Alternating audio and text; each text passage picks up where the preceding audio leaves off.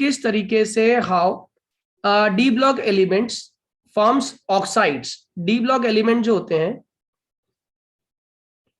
D block के जो elements हैं वो क्यों फॉर्म करते हैं ऑक्साइड्स, उनका ऑक्साइड फॉर्मेशन कैसे होता है, और ऑक्साइड फॉर्मेशन के साथ साथ उनका नेचर कैसा होता है, ये हम जानकारी अब लेंगे। ठीक है, तो पहली बात तो एक याद रखना कि जितने भी ट्रांजिशन एलिमेंट्स हैं, ट्रांजिशन मतलब डी ब्लॉक एलिमेंट्स, जितने भी ट्रांजिशन एलिमेंट्स की हम बात करते हैं, इनके पास नेचर कैसा होता है, they are electropositive in nature. इनका नेचर कैसा है, they are electropositive. What is electropositive, इनकी टेंडेंसी कैसी है, इसका मतलब tendency to lose electrons. Am I right?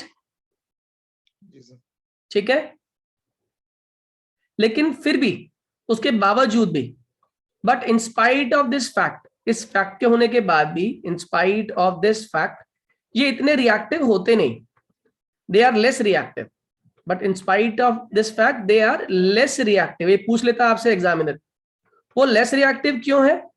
It is because of two reasons, because of two reasons. पहला रीजन क्या लिख कर आओगे, इनकी ना आयोनाइजेशन एंथैल्पी बहुत हाई होती है। क्या है इनकी आयोनाइजेशन एंथैल्पी? बहुत हाई। ठीक है, और दूसरी बात, इनकी जो ओवरऑल एंथैल्पी ऑफ सब्लिमेशंस होती हैं वो भी क्या है, बहुत high, high enthalpy of sublimation as well. ये दोनों पॉइंट्स आप लोग याद कर लेना, 1 मार्क क्वेश्चन में आया हुआ है बोर्ड्स में, इसलिए मैंने लिखवाया है आपको। ठीक है, वो बोलेगा ट्रांजिशन मेटल्स इलेक्ट्रोपॉजिटिव है फिर भी वो लेस रिएक्टिव क्यों है? It is because of two reasons. पहला, इनकी एंथैल्पी, आयोनाइजेशन एंथैल्पी क्या होती है, बहुत हाई होती है। दूसरा, इनकी जो एंथैल्पी ऑफ सब्लिमेशन है वो भी बहुत हाई है। इसीलिए ट्रांजिशन एलिमेंट्स इलेक्ट्रोपॉजिटिव होने के बाद भी ज्यादा रिएक्टिव नहीं होते। अब अगला क्वेश्चन आता है कि जो ट्रांजिशन मेटल्स हैं ये ऑक्साइड फॉर्मेशन करते हैं। हाँ जी, बिल्कुल करते हैं।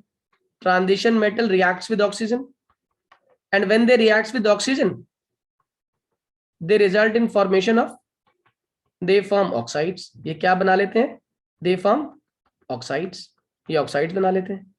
जैसे एग्जांपल के तौर पे अगर मैं आपसे कहूं, आपने ये पढ़ा भी है, मैग्नीज ऑक्साइड।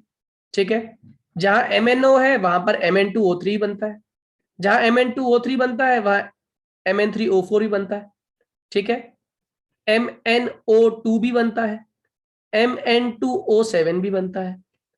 अब एक चीज ध्यान देखते जाइए, साथ साथ याद करते जाइए इसके अंदर, यहां पे Mn का ऑक्सीडेशन स्टेट +2 आ रहा है, यहां पे निकालूं तो Mn का ऑक्सीडेशन स्टेट +3 आएगा, यहां निकालूं Mn का ऑक्सीडेशन स्टेट तो +8/3 फ्रैक्शन में आ रहा है। इसका मतलब क्या है, जो Mn3O4 है वो इन दोनों के कॉम्बिनेशन से बनता है, MnO और Mn2O3। क्या मेरी बात समझ आ रही है बच्चों, हाँ या ना? Mn3O4 is giving a fractional oxidation state. The reason behind this is it is formed by two type of oxides. One is MnO, other क्या है Mn2O3। तो जो हमारा Mn3O4 बना ये दो तरह के ऑक्साइड से बन गया, इसीलिए इसका फ्रैक्शन 8/3 में आ रहा है। हालांकि 8/3 होता नहीं है, क्योंकि जब ये दो चीजों से बन रहा है Mn2O3, चेक करो एक बार, तो ये हो गया 2x + 3 × -2 = 0, यानी कि दोनों जो इसमें Mn है वो +3 ऑक्सीडेशन स्टेट शो कर रहे हैं। ऐसे ही जो ये वाला MnO है इसके अंदर कितनी शो कर रहा है, वो x = +2 ऑक्सीडेशन स्टेट शो कर रहा है। यहाँ पे कितनी शो कर रहे हैं, +3 और यहाँ पे कितनी शो कर रहा है, +2। इसका मतलब 3 जो Mn है इस वाले क्वेश्चन में, 3 Mn 8/3 कैसे कर रहा है, इसका मतलब 8 is the total oxidation state shown by 3 Mn, और वो 8 कैसे है, 8 शो हो रही है +3 और +2 की फॉर्म में। क्या मेरी बात समझ आ रही है, जल्दी बोलो बच्चों, इज इट क्लियर? 8/3 कहीं आप फ्रैक्शन मत लिख के आ जाना, आप डिवाइड करो 2.6 हो गया, नहीं 2.6 नहीं है। 8/3 का मतलब ही है कि इसमें जो 3 Mn है वो किस तरीके से शो कर रहे हैं ऑक्सीडेशन स्टेट, +3 और +2। एम आई राइट, हाँ या ना, जल्दी बोलो बच्चा पार्टी। ठीक है, इसके बाद जो अगला वाला है MnO2, इसमें निकालूंगा Mn का तो कितनी वैल्यू निकल के आती है, +4, और Mn2O7 में कितना निकल के आता है, +7। अब मैं आपको छोटी सी बात बता रहा हूं, आप याद कर लेना, जितना कम ऑक्सीडेशन स्टेट होता है उस ऑक्साइड का नेचर उतना ही बेसिक होता है। तो ये बेसिक हो गया, जितना ज्यादा ऑक्सीडेशन स्टेट होता है उतना ही नेचर कैसा हो जाता है, acidic. Am I clear to all? जल्दी बोलो। इन तीनों का जो नेचर है दैट इज एम्फोटेरिक। क्या नेचर है इसका? एम्फोटेरिक। What is amphoteric? जो बेसिक भी है और जो एसिडिक भी है। Am I clear to all? इन तीनों का एम्फोटेरिक नेचर। एम्फोटेरिक क्या होता है? जो बेसिक और एसिडिक दोनों बिहेवियर शो करते हैं। याद रहेगा बच्चों? याद रहेगा? जल्दी बोलिए। देखो सिंपल सा जुगाड़ में आपको सिखाता हूं। जितनी हायर ऑक्सीडेशन स्टेट होगी ना उतना साइज छोटा हो जाएगा, और जितना साइज छोटा हो जाएगा उतनी आसानी से आप सामने वाले के इलेक्ट्रॉन्स को अपनी तरफ खींचने की कोशिश करोगे। यानी कि आप डेफिशिएंट हो और आपकी टेंडेंसी क्या है? To take electrons. और जिनकी भी टेंडेंसी इलेक्ट्रॉन लेने की होती है वो क्या होते हैं? एसिड्स होते हैं। और जिनकी टेंडेंसी इलेक्ट्रॉन देने की होती है वो क्या होते हैं? बेस होते हैं। तो Mn2O7 में Mn कितना शो कर रहा है? +7। इसी स्मॉल साइज की वजह से उसका नेचर कैसा हो जाएगा? एसिडिक। क्या मेरी बात समझ आ रही है? जल्दी बोलो। ये कोई रूल नहीं है, ये एक जुगाड़ है जो मैं अपने लिए मैं याद करता था ऐसे। मुझे याद करने का तरीका मेरे को ये इजी लगता था। ओके, अब आता है इसके बाद डी ब्लॉक के अंदर तो इतना ही है। एफ ब्लॉक की हम बात करते हैं। एफ ब्लॉक में बहुत सारा पोर्शन कटा हुआ है, लेकिन कुछ चीजें हमें तैयार करनी पड़ेंगी। जैसे एफ ब्लॉक के अंदर, जिसको हम लोग किस नाम से जानते हैं? इनर ट्रांजिशन एलिमेंट, है ना? क्योंकि ट्रांजिशन एलिमेंट जो है हमारा वो कहां लाई करता था? एस और पी के बीच में। और एफ ब्लॉक कहां लाई करता है? डी ब्लॉक के अंदर। तो इनर ट्रांजिशन एलिमेंट्स को हम लोग किस नाम से जानते हैं? एफ ब्लॉक के नाम से जानते हैं। अब एफ ब्लॉक आता कहां कहां पे है ये भी हम जानते हैं। एफ ब्लॉक आता है आपका 6th पीरियड में और आपके 7th पीरियड में। 6th पीरियड में कौन सा एफ आता है ये भी आप जानते हो। पहली बात तो ये सीखो कौन कौन सा इसमें सबशेल भरते हैं। एक तो इसमें 6s भरता है, 6p भरता है। डी कौन सा भरेगा? क्योंकि डी की कॉन्फ़िगरेशन होती है n-1d, तो ऑब्वियसली बात है डी कौन सा भरेगा? 5d। और एफ के लिए क्या भरते हैं हम? n-2f, क्योंकि ये डी के भी अंदर है। अगर ये डी के भी अंदर है और डी खुद n-1 है तो एफ क्या हो जाएगा? n-2, that is 6 - 2 is 4f। तो इस पर्टिकुलर पीरियड में ये सारे भरे जाते हैं, 6s, 5d, 4f और 6p। ठीक है। अगर इलेक्ट्रॉन की गिनती करूं तो एस में 2 आते हैं, डी में 10 आते हैं, एफ में 14 आते हैं और पी में 6। इलेक्ट्रॉन गिनो तो 2 और 10 12 और 14 26 और 6 32 इलेक्ट्रॉन्स हो गए। हाँ या ना? हाँ या ना बच्चों? अगर ये समझ आ गया तो अगला बताइए 7th पीरियड में क्या हो गया? 7s हो गया। डी कौन सा हो गया? 6d हो गया। एफ कौन सा हो गया? 5f हो गया। और पी कौन सा हो गया? 7p। इसमें भी सेम कहानी, 2 10 14 और ये कितना हो गया? 6। इसमें भी 32 इलेक्ट्रॉन, 32 एलिमेंट्स इसमें हम प्लेस कर सकते हैं। एफ सबशेल की दो तरह की जो स्पेसिफिक कॉन्फ़िगरेशंस है या कहें सीरीज है, उसमें 6th पीरियड वाली सीरीज को हम नाम देते हैं लेंथेनॉइड सीरीज। क्या बोलते हैं इसको? Lanthanoid series. याद रहेगा 6th पीरियड में क्या लाई कर रही है? Lanthanoid series. और ये वाली सीरीज कौन सी है? This is your actinoid series. ये कौन सी सीरीज है? Actinoid series. पहली कौन सी है? लेंथेनॉइड। दूसरी कौन सी है? एक्टेनॉइड। याद रहेगा? जल्दी बोलो। Yes sir. ठीक है। अब हम जब बात करते हैं लेंथेनॉइड सीरीज की, इस लेंथेनॉइड सीरीज में पहले एक एलिमेंट आता है, इसका नाम है lanthanum. 4f series, lanthanoid series. ठीक है। और इसमें कौन सा एलिमेंट आता है? लेंथेनम, जिसका एटॉमिक नंबर आप याद कर लेना, Z = 57। ठीक है। तो जो लेंथेनम के आगे के सारे एलिमेंट्स हैं, all other elements, they are considered as lanthanoid series. Following this, मतलब ट्रेलिंग करते हैं जो लेंथेनम के बाद, they all are considered as या नोन एज लेंथेनॉइड्स। ठीक है। और ऐसे ही जब बात करते हो एक्टेनॉइड्स की, तो उसमें एक्टिनियम आता है। उसमें क्या आता है? एक्टिनियम। तो कोई पूछे लेंथेनॉइड सीरीज कहां से कहां तक होती है, तो याद रखिएगा लेंथेनॉइड सीरीज जो शुरू होती है वो सीरियम से शुरू होती है, जिसका एटॉमिक नंबर 58 होता है। 58 से शुरू, और खत्म कहां पर है? ल्यूटीशियम पे, जिसका एटॉमिक नंबर कितना होता है? 71। बात समझ आ रही है बच्चों? हाँ या ना? बेसिक आइडिया मिल गया सही बच्चों को? सर ये क्विकली। नेक्स्ट एलिमेंट है और लास्ट एलिमेंट है? यस, सीरियम से 58 से लेके 71 तक। याद हो गया बच्चे? सभी लोगों को क्लियर है? Please raise your hand quickly. सभी से पूछा मैंने, एक बार हैंड रेज करी तब मैं आगे बढ़ता हूं। मैं इसमें आपको बहुत चीजें नहीं कराऊंगा, बेसिक बेसिक चीजें जो चाहिए जरूरत की वो मैं सारे करा दूंगा आपको, ठीक है? आगे आ जाइए। अब जो लेंथेनॉइड सीरीज है, इनकी कुछ बेसिक प्रॉपर्टीज आपको याद करनी पड़ेंगी। पहला, इनके जितने भी ये एलिमेंट्स है लेंथेनॉइड सीरीज में, they all have high melting point. Melting point high क्यों होता है? क्योंकि इनका मॉलिक्यूलर मास ज्यादा होता है। They have high melting point. ये बहुत जल्दी एलॉय फॉर्मेशन करते हैं, और एलॉय का कारण वही है जो हमने कल बात की थी। बताओ एलॉय क्यों बनाते हैं? एलॉय फॉर्मेशन क्यों करते हैं? डी ब्लॉक के एलिमेंट्स, डी या एफ के एलिमेंट्स क्यों करते हैं एलॉय फॉर्मेशन? क्विकली। सर क्योंकि उनकी रेडियाई ऑलमोस्ट सेम होती है। बहुत बढ़िया, उनकी रेडियाई ऑलमोस्ट एक जैसी होती है, और रेडियाई ऑलमोस्ट एक जैसी होने की वजह से कोई भी एक सब्सटेंस दूसरे सब्सटेंस को आसानी से क्या कर सकता है? रिप्लेस कर सकता है। Am I clear to all?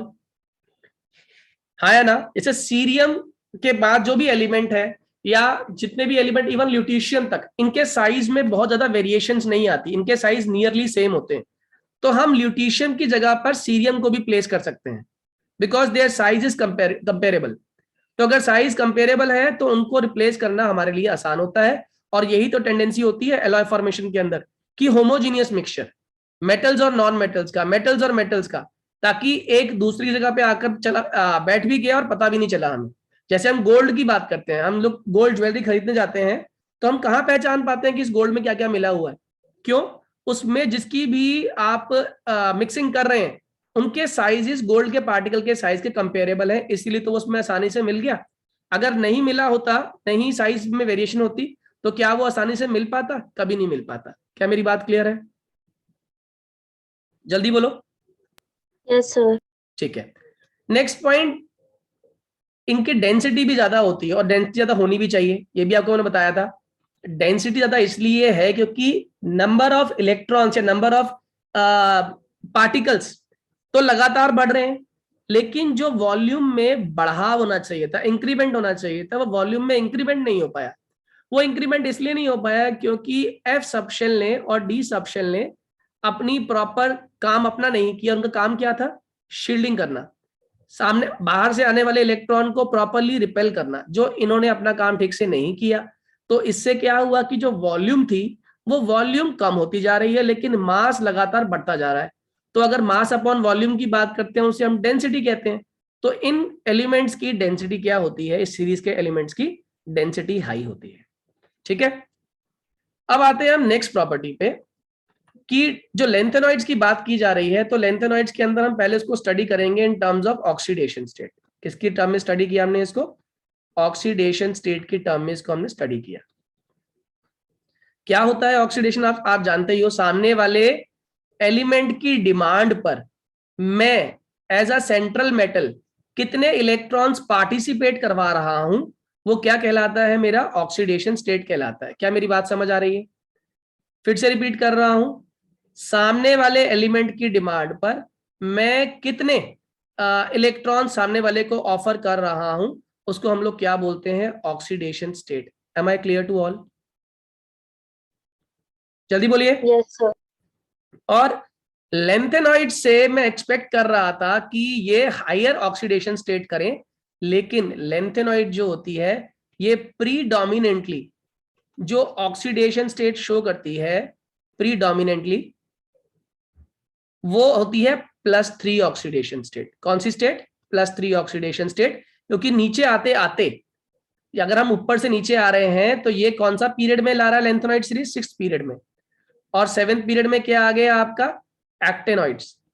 तो एक्टेनॉइड्स और लेंथेनॉइड्स में लेंथेनॉइड का साइज कंपेरेबल होता है 5th पीरियड के, और 5th पीरियड के साथ साथ जो यानी कि जो सीरीज इसमें प्रेजेंट है 5th पीरियड में प्रेजेंट है, और जो सीरीज 6th पीरियड में प्रेजेंट है, इनके साइजेस नियरली सेम सेम ही होते हैं।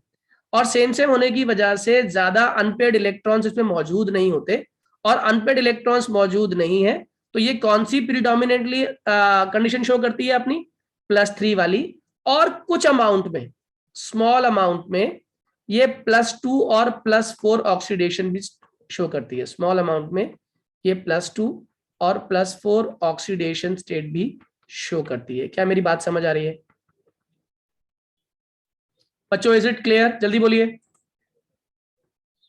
प्लीज रेज योर हैंड अगर मेरी बात समझ आ गई है आप लोगों को। अनंत, अवनी, दीपांशु, पलक। सर ये स्मॉल अमाउंट वाली बात फिर से बता दीजिए। जनरली बेटा कोई भी अगर हम सीरीज की बात करते हैं तो जैसे कोई +5 शो करता है, +3 शो करता है। जैसे हेलोजेंस की बात करें तो हेलोजेंस -1 प्रीडोमिनेंट स्टेट शो करते हैं, लेकिन जरूरत पड़ने पे +7 भी शो किया है कुछ हेलोजेंस ने। जैसे आयोडीन की बात करते हैं तो IF7 जब बनता है हमारा इंटर हेलोजन कॉम्प्लेक्स, तो उसमें आयोडीन आपका +7 ऑक्सीडेशन स्टेट शो कर रहा है, ठीक है। लेकिन प्रीडोमिनेंट स्टेट कौन सी है? वो -1 ही है। क्लियर है? तो लेंथेनॉइड की क्या पाई गई oxidation state? Predominant. +3 oxidation state इसकी प्रीडोमिनेंट होती है इन कंपैरिजन टू बाकी ऑक्सीडेशन स्टेट के, और स्मॉल अमाउंट में ये +2 और +4 भी कंडीशनली शो कर देता है। Okay yes sir. ओके। अब होता क्या है, +3 की बात हो रही है, तो अब हम बात करते हैं कलर की। ज्यादातर इसके कंपाउंड्स कलरफुल नहीं होते, है ना। ज्यादातर most of them are not colorful, ठीक है। but some of them shows color। अब जैसे आपको याद होगा कि डी ब्लॉक के अंदर जो एलिमेंट्स कलर शो कर रहे थे, उस कलर के शो करने के पीछे क्या रीजन था? इलेक्ट्रॉन कहां से कहां एक्साइट हो रहे थे? ग्राउंड स्टेट से एक्साइटेड। किसके ग्राउंड स्टेट से? डी सबशेल के ग्राउंड से, हाँ या ना? कहां जा रहे थे? डी सबशेल के एक्साइटेड स्टेट में, यानी कि एक ऑर्बिटल से दूसरे ऑर्बिटल पे जंप कर रहे थे। तो हमने उस एक्साइटेशन को नाम दिया था, बताओ क्या? जल्दी बोलो। अरे डीडी ट्रांजिशन बोला था या नहीं बोला था? Yes sir. तो इस केस में मोस्ट ऑफ देम उसने कह दिया कलरफुल नहीं है, but some of them they show colour. It is due to, same answer लिखिएगा, इट इज ड्यू टू, क्या चीज करते हैं ये? लाइट को एब्जॉर्ब करते हैं पहली बात तो। It is due to absorption of visible light या विजिबल रीजन ऑफ स्पेक्ट्रम। क्या मेरी बात समझ आ रही है? क्या किया इसने? विजिबल रीजन ऑफ स्पेक्ट्रम को इसने एब्जॉर्ब किया, और विजिबल रीजन ऑफ स्पेक्ट्रम को एब्जॉर्ब करने के बाद क्या किया इसने? Excitation, leading to jump of electron from one orbital of F to other, which is known as, क्या बोलते हैं इसको? DD transition. अरे डीडी कैसे हो जाएगा जब वो एफ में जंप लगा रहा है तो? Sorry, F transition. क्या बात समझ आ गई? लेंथेनॉइड के कलर का पीछे रीजन समझ आ गया आप लोगों को? जल्दी से बोलिए, हाँ या ना? ठीक है, आगे आ जाओ। अगली प्रॉपर्टी भी आप जानते हो। अगली जो प्रॉपर्टी है हमारी, दैट इज मैग्नेटिक प्रॉपर्टी। और मैग्नेटिक प्रॉपर्टी की कहानी बोलो। अरे अभी तो बताया मैंने, आता ही। ऑर्बिटल में अनपेड इलेक्ट्रॉन्स हो तो वो पैरामैग्नेटिक होगा, और पेड इलेक्ट्रॉन्स हो तो वो डायमैग्नेटिक। बिल्कुल सही। जिसके पास अनपेयर्ड इलेक्ट्रॉन्स है वो क्या हो गए? पैरामैग्नेटिक। जिसके पास नो अनपेयर्ड इलेक्ट्रॉन्स है वो हो गए डायमैग्नेटिक, ठीक है। जितने भी ट्राइवेलेंट आयंस हैं इस सीरीज के, lanthanoid series, are paramagnetic in nature. ये क्या होते हैं? पैरामैग्नेटिक होते हैं नेचर में, एक्सेप्ट दो इसमें पैरामैग्नेटिक नहीं होते, 3 वाला होने के बावजूद भी। और वो कौन कौन से हैं? एक है लैंथेनम 3+ और एक है ल्यूटीशियम 3+। ठीक है, क्यों? क्योंकि लैंथेनम 3+ के पास, मैं यहां लिख देता हूं, लैंथेनम 3+ के पास 4f में कितने हो जाते हैं? 0, और ल्यूटीशियम 3+ में 4f में कितने हो जाते हैं? 14। यानी ये क्या कंप्लीटली फिल्ड हो गया, और ये हो गया 0, इस पे कोई भी नहीं है, और ये क्या है? Completely filled. और कंप्लीटली फिल्ड क्या होते हैं? आपको पता ही है, पेयर्ड होते हैं। याद रहेगा आप लोगों को? जल्दी से बोलिए हाँ या ना बच्चों। Yes, sir. बाकी लोग भी जरा जवाब देंगे तो बड़ा अच्छा लगेगा मुझे।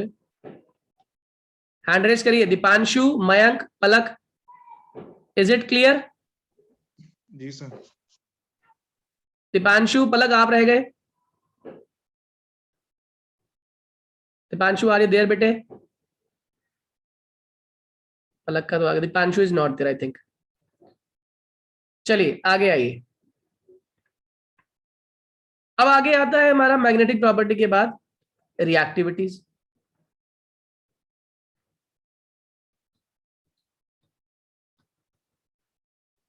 जब रिएक्टिविटी की बात करें तो कह रहे हैं जितने भी लेंथेनॉइड्स हैं वो इलेक्ट्रोपॉजिटिव है ना? Therefore their reactivities are similar. उनकी रिएक्टिविटी क्या होती है? एक दूसरे के जैसी होती है, हाँ या ना? इलेक्ट्रोपॉजिटिव कैरेक्टर शो करते हैं, सिमिलर इलेक्ट्रोपॉजिटिव कैरेक्टर, इसलिए उनकी रिएक्टिविटी भी कैसी होती है? एक जैसी ही होती है। याद रहेगा? जल्दी बोलो। यस। अब शुरू होता है इसके अंदर सबसे इंपॉर्टेंट टॉपिक, जिसको हम लोग 1 मार्क के लिए डेफिनेशन की फॉर्म में पूछ लेते हैं, जिसका नाम है लेंथेनॉइड कॉन्ट्रैक्शन। क्या कंसेप्ट है? Lanthanoid contraction. ठीक, होता क्या बताएगा आप में से? What is lanthanoid contraction? So, poor shielding Poor is shielding followed followed by by D D and and F F subtraction. subtraction. तो हम क्या लिखेंगे इसमें? With the increasing atomic number. क्या चीज बढ़ रही है? एटॉमिक नंबर बढ़ रहा है। विद इंक्रीजिंग एटॉमिक नंबर, जो रेडियाई है, रेडियाई डिक्रीज कर रहा है। कैसे डिक्रीज कर रहा है? From one element to other, है ना? क्यों? एज इलेक्ट्रॉन्स आर इंक्रीजिंग, जैसे जैसे इलेक्ट्रॉन्स बढ़ रहे हैं उनके साथ साथ और क्या बढ़ रहा है? जल्दी बोलो। As electrons are increasing, same number protons are increasing. Protons कहां बढ़ रहे हैं? अरे कहां बढ़ रहे हैं प्रोटॉन्स बच्चों? न्यूक्लियस में, हाँ या ना? Yes, sir. अब इलेक्ट्रॉन्स कहां बढ़ रहे हैं? Electrons are going into 4f, 4f and 5f। नहीं, अगर लेंथेनॉइड तो 4f में जा रहे हैं, आर गोइंग इनटू 4f। और इसकी खुद की शेप कैसी होती है? विच इज डिफ्यूज्ड, यानी क्या नहीं है उसकी प्रॉपर शेप नहीं है, एंड हेंस नो स्क्रीनिंग या शील्डिंग। ना ढंग से स्क्रीन कर पा रहा है, ना ढंग से शील्ड कर पा रहा है। क्या मेरी बात समझ आ रही है? जल्दी बोलो। So, तो इससे क्या इंक्रीज हो रही है लगातार? हेंस न्यूक्लियर चार्ज या अट्रैक्शन फोर्स।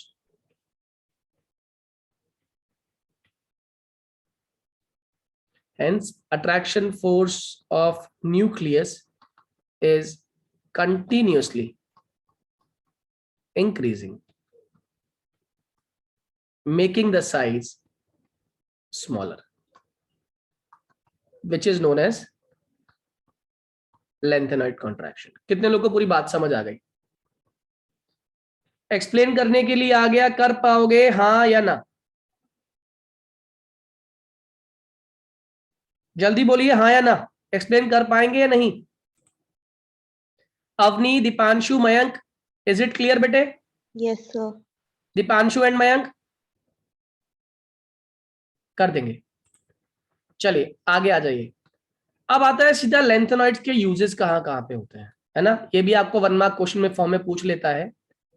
जो लेंथेनॉइड्स होते हैं, एक तो हमने पढ़ा कि इनका इस्तेमाल एलॉयज में होता है, इन एलॉयज, एलॉय फॉर्मेशन में इसका इस्तेमाल बहुत होता है, ठीक है। और इसका ध्यान रखना, इसका इस्तेमाल करते हैं हम लोग हाइड्रोजनेशन में। आपको याद है हाइड्रोजनेशन क्या किसकी करते थे? हाइड्रोजनेशन लोग वेजिटेबल ऑयल, वेजिटेबल घी की हाइड्रोजनेशन में इस्तेमाल करते थे।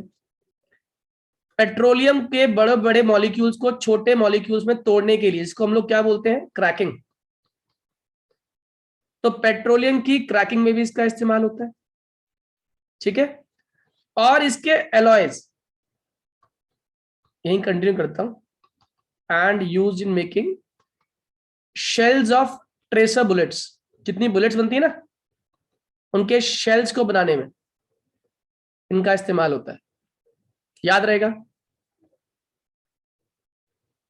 और एक 1 मार्क का specific question, misch metal use in making misch metal. कोई पूछेगा what is misch metal 1 number के लिए, तो ध्यान रखिएगा मिश मेटल एक ऐसा कॉम्बिनेशन है जिसमें 95% लेंथेनॉइड्स है और 5% आयरन है। इसके मिक्सचर को हम लोग क्या बोलते हैं? इससे बनने वाले एलॉय को हम लोग क्या बोलते हैं? मिश मेटल। याद रहेगा? जल्दी बोलिए हाँ या ना। ठीक है? Yes, sir. अगर ये समझ आ गया तो लेंथेनॉइड्स में हमने इतना ही पढ़ना है। Now moving to the actinoids. Actinoids एक मिनट बस यूजेस फिर से दिखा देंगे लिखने की। हो गया?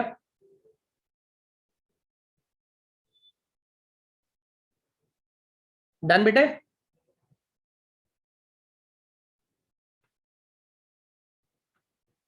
आगे चलें।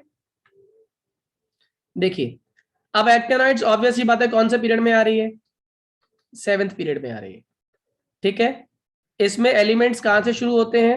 एक्टिनियम के आगे फॉलो करते हैं। तो एक्टेनॉइड्स में हम शुरू कर रहे हैं Z इज इक्वल्स टू 89 पहला एलिमेंट है, और कहां तक जाता है ये? लॉरेंशियन तक, ठीक है। कहां तक जाएगा ये? लॉरेंशियन तक। और लॉरेंशियम का एटॉमिक नंबर याद रखना 103। 14 एलिमेंट्स हो गए 89 से 103, हाँ या ना? बल्कि 90 स्टार्ट होगा हमारा, स्टार्टिंग जो हमारी वो थोरियम से स्टार्ट करते हैं, इसके अंदर एक्टिनियम के फॉलो करता है, ठीक। तो इसकी बात करें 7th पीरियड में तो कौन कौन से शेल फिल होंगे ये भी हम जानते हैं। 7s फिल होगा, इसके अंदर 6d फिल होगा, इसके अंदर 5f फिल होगा और 7p फिल होगा, ओके। कहानी ये भी वैसे ही शो करते हैं जैसे लेंथेनॉइड शो करते हैं। ये भी कैसे मेटल्स हैं? डेंस मेटल्स हैं। कैसे मेटल्स हैं? पहली बात डेंस मेटल्स हैं, होने भी चाहिए, साइज बहुत छोटा है, ठीक। डेंस के साथ साथ ये भी रिएक्टिव है, और इनकी रिएक्टिविटी लगभग सेम होती है क्योंकि सेम ही इलेक्ट्रोपॉजिटिव कैरेक्टर शो करते हैं ये, ठीक। और ये भी एलॉय फॉर्मेशन करने में बहुत हेल्पफुल होते हैं। और एलॉय फॉर्मेशन का एक ही रीजन है, चाहे लेंथेनॉइड्स हो, चाहे एक्टिनॉइड्स हो, चाहे डी ब्लॉक के एलिमेंट्स हो, ठीक। अब आगे आता है एक्टिनॉइड कॉन्ट्रैक्शन क्या होती है। ये कहानी भी आप लोग बिल्कुल लेंथेनॉइड जैसी लिख सकते हो, बस फर्क क्या हो जाएगा इस बार इलेक्ट्रॉन कहां जा रहे होंगे? इलेक्ट्रॉन उसमें कहां गए थे? 4f में। इसमें इलेक्ट्रॉन कहां जा रहे होंगे बच्चों? 5f में। बाकी स्टोरी सेम है, बस इलेक्ट्रॉन को कहां भेज देना? इलेक्ट्रॉन को 5f, रिमेनिंग सेम, बाकी सारा का सारा सेम, ठीक है। इलेक्ट्रॉनिक कॉन्फ़िगरेशन हमने वैसे लगभग पढ़ ही लिया, लेकिन बेसिक बात करें तो जो एक्टिनियम होता है हमारा,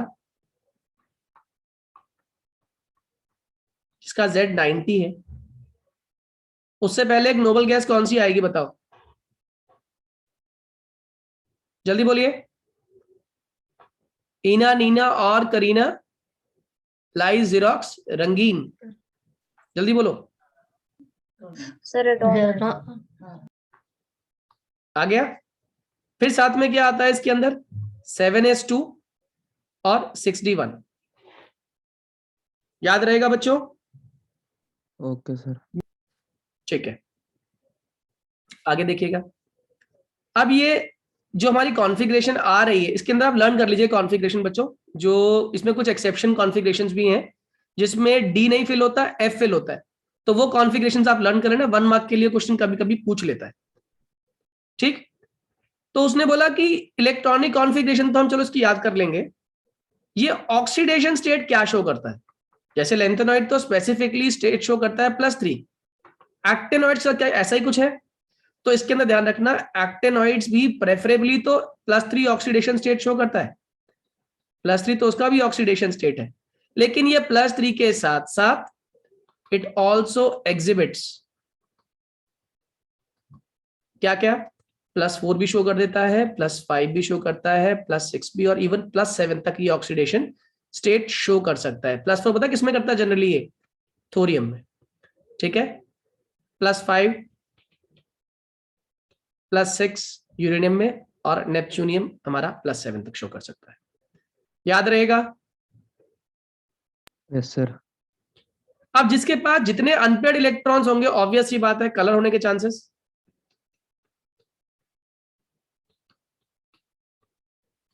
कलर्ड कॉम्प्लेक्सेस फॉर्म करता है as it has more tendency. किसकी मोर टेंडेंसी है इसकी? To show variable oxidation state. याद रहेगा? जल्दी बोलो। Okay sir. बताओ मैग्नेटिक प्रॉपर्टी क्या है इसकी?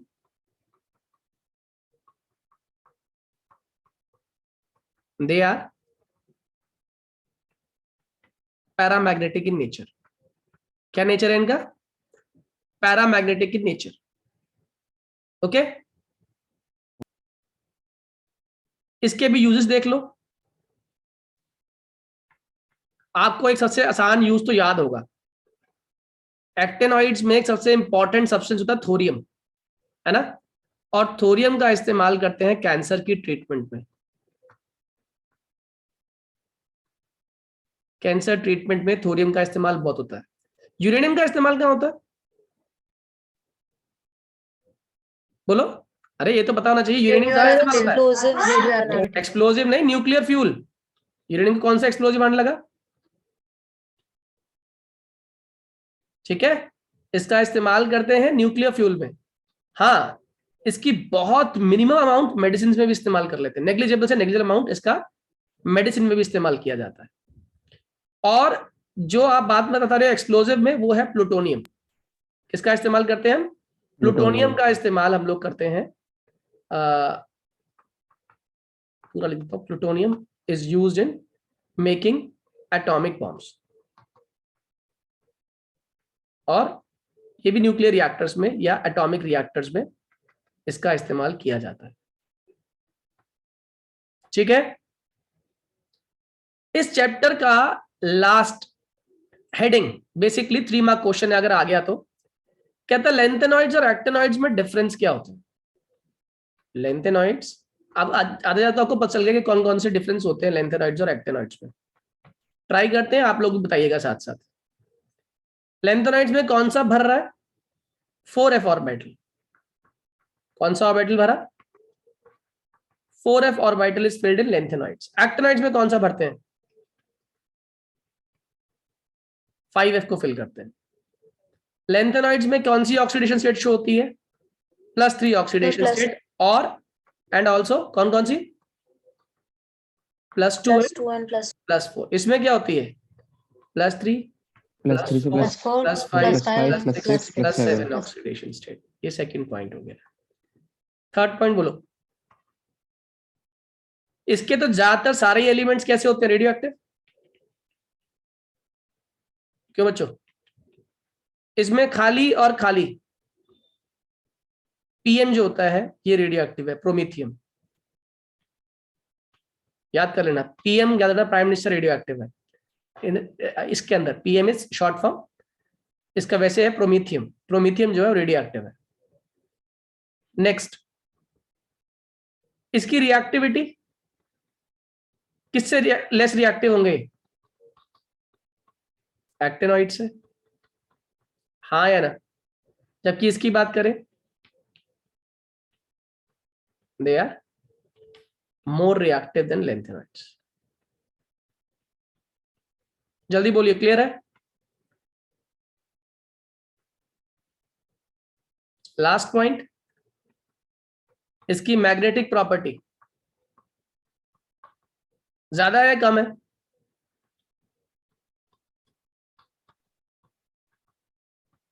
जबकि इस केस में मैग्नेटिक प्रॉपर्टी क्या है? ज्यादा। क्योंकि ज्यादा वेरिएबल ऑक्सीडेशन स्टेट है।